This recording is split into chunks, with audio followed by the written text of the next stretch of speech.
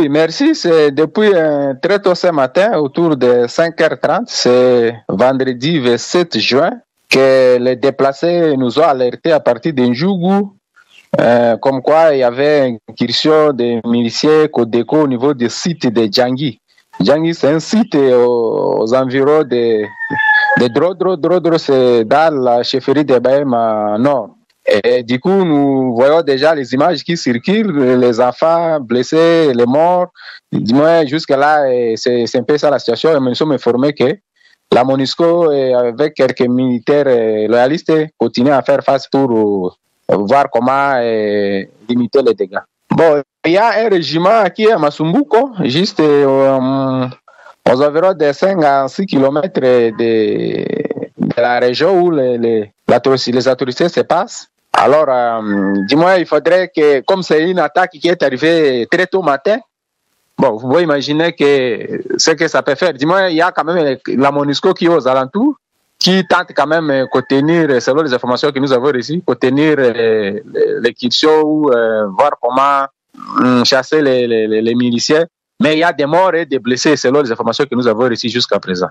Les informations reçues à partir de là nous ont fait croire qu'il y avait des tirs qui venaient de partout, orientés vers le site, des déplacés de Djangui. Et après ça, nous sommes informés que du site, quand ça semble un peu se calmer au niveau du site, ils auraient progressé vers Drodro. Mais tout ça, ça sera confirmé après quelques minutes quand nous aurons un peu recoupé toutes les informations venant de nos différentes sources, parce que pour le moment, les gens sont indépendants de là-bas. Oui, effectivement, il y a un dialogue qui a commencé ce lundi. Depuis ce lundi de la semaine, d'ailleurs, les dialogues à question va finir aujourd'hui, le vendredi 27 mai. Alors, nous sommes très surpris.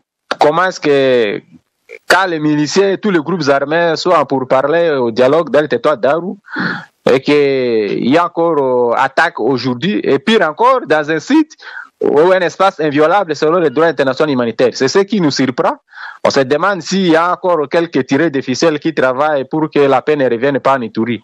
Alors, c'est un peu ça, c'est une surprise pour nous de voir que depuis le lundi, les gens sont pour parler dans le territoire d'Aru pour que la paix revienne et qu'il y a encore des attaques, encore pire, comme je l'ai dit, au niveau du site des déplacés. C'est ce qui nous surprend davantage. Jusqu'à présent, ça évolue. En tout cas, les bilans exacts, présentement, c'est un peu difficile, mais il y a des morts et des blessés. Et nous pourrons quand même recouper toutes ces informations-là, peut-être d'ici 1h ou 30 minutes à 1h du temps, nous saurons encore quand même. Parce que les balles ont commencé, il y a certains déplacés qui ont pris différentes directions. On doit savoir si un blessé n'est pas allé mourir quelque part sur le chemin. Voilà un peu la situation.